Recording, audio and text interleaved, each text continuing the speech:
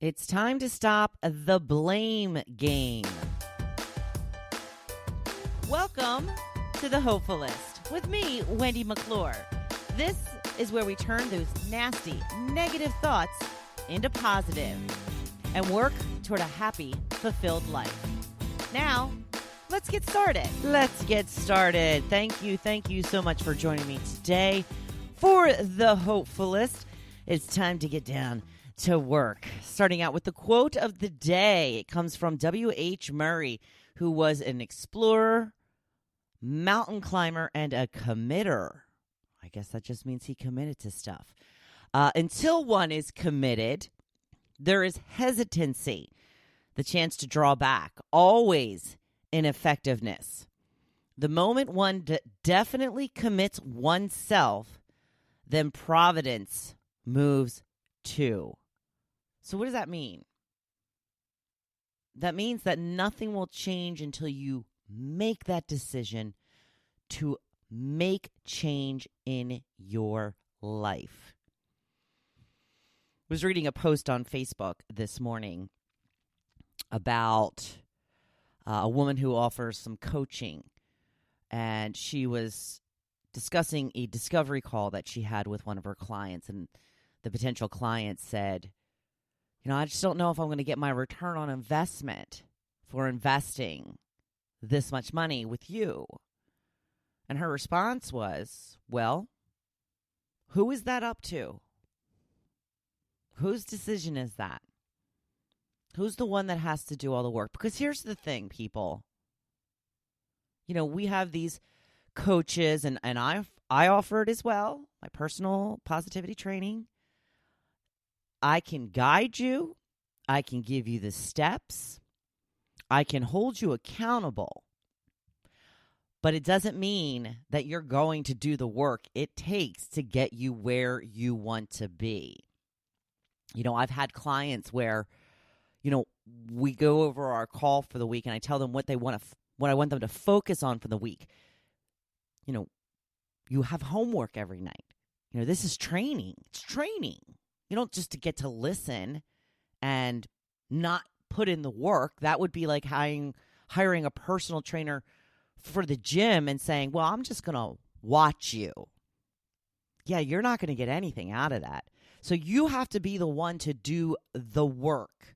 So if you're not doing the work, you're not getting anything out of this. You see what I'm saying? You feel me? You picking up what I'm throwing down? I sure hope so. Speaking of which, as I mentioned, I do offer personal positivity training.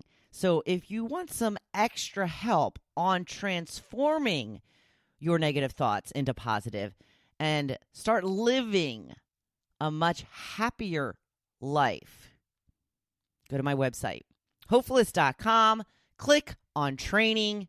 All the pertinent information is right there. So this week's topic is about stopping the blame game, getting off the excuse caboose. That's right. It is time for some harsh truth. Now, I say this out of love, so please listen closely.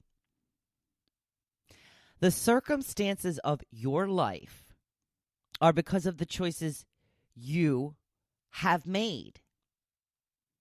It's no one else's fault for where you are right now.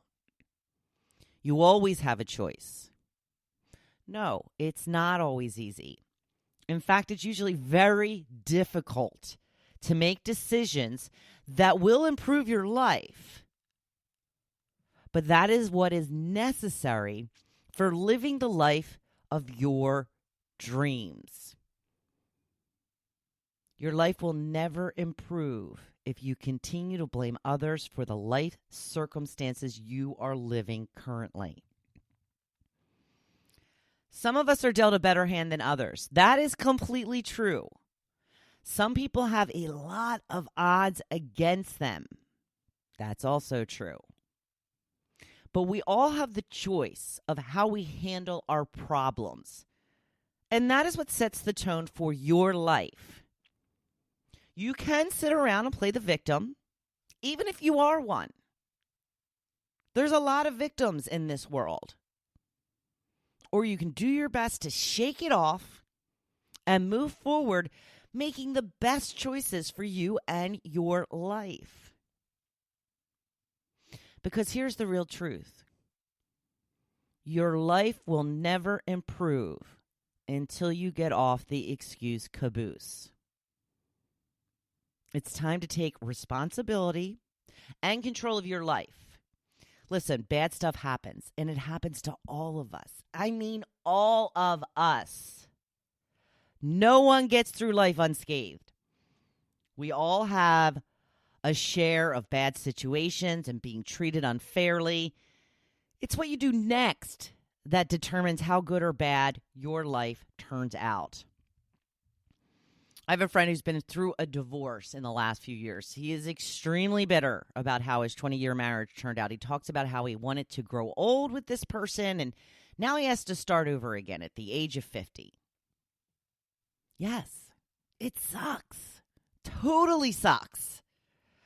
But the worst part of this situation is it feels like he wants to stay in the bitterness. He refuses to see the actual truth of the situation. He refuses to remember how life with his wife was really like. How frustrating it was for him having to deal with her and her issues. And the absolute truth is she begged him to stay in the marriage. He refused because she wouldn't agree to get help with certain things. So the real truth is he could still be married to her. But he doesn't think of it this way. He just plays the victim. I love him, but that is the honest truth.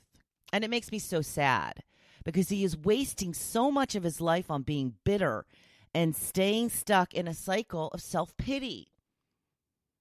There comes a time when you just have to move on. If not, then you will stay in that same place that you are right now. Not only that, but you're giving that ex the power to rule your life. You're not married anymore. Your ex has more than likely moved on with their life. Meanwhile, you're staying stuck, mired and bitter and wallowing and playing the victim. Don't give them that power. Don't let them rule your life. If you can't find any happiness in your current situation, the one you're in right now, if you can't find any happiness in it whatsoever, it's likely you won't find happiness in a different situation, because happiness comes from deep down inside. It took me 40 plus years to figure this out, people, and this is the honest truth. You have to decide, like we talked about with the quote of the day. You have to decide and commit yourself to finding the little bit of happiness that you can throughout the day, every day. More money won't change that.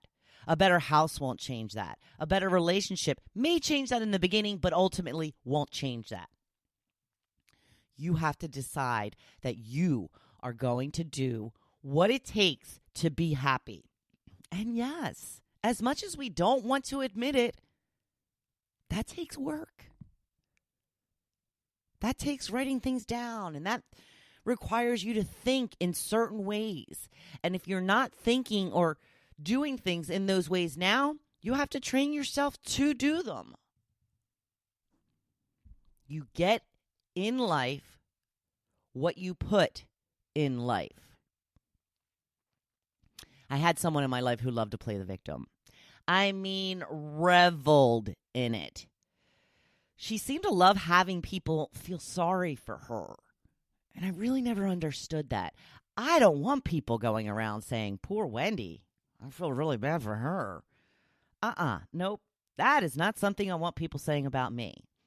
But this person seemed to love it. I mean, I guess it was a way of getting attention. And the truth is, she did have some pretty bad circumstances in her life. But once she got into a better place, She couldn't let go of the negativity of the old life. She wallowed in it and played the victim. She loved to rehash how unfair things were for her. In fact, she was the ultimate example to me who was someone who only looked at what she lacked in life. When I looked at her life, I thought she had a pretty good life. She had everything she needed and more.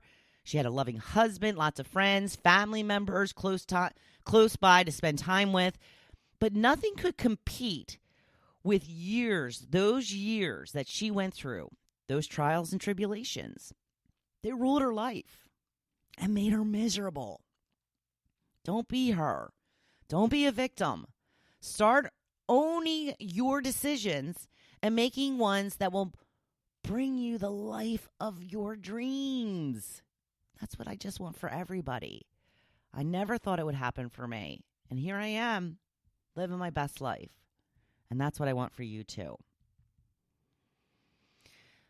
And here's the, another big truth bomb. If it weren't for the fact that I was fired, I still say unjustly, because yes, I still have some bitterness about it. I'm working on it. If it wasn't for the fact that I was fired unjustly 3 years ago, nearly 3 years ago now, I likely wouldn't be doing what I'm doing right now. You wouldn't be listening to me on this podcast. I wouldn't be the Hopefulist. Writing this blog, recording this podcast, working with people as a personal positivity trainer. I love my life so much now, and I'm grateful for being here. Like I said, I still feel bitterness at times at my former employer for the circumstances surrounding my dismissal. But listen, that's never going to serve me. It's been long enough. And I am way better now than I was then. It's time to let go. I can even go as far as to say I am better off having it happen. Because out of the depths of the worst destruction comes rebuilding, right? You lose your house to a fire or a hurricane. You build a better house, right?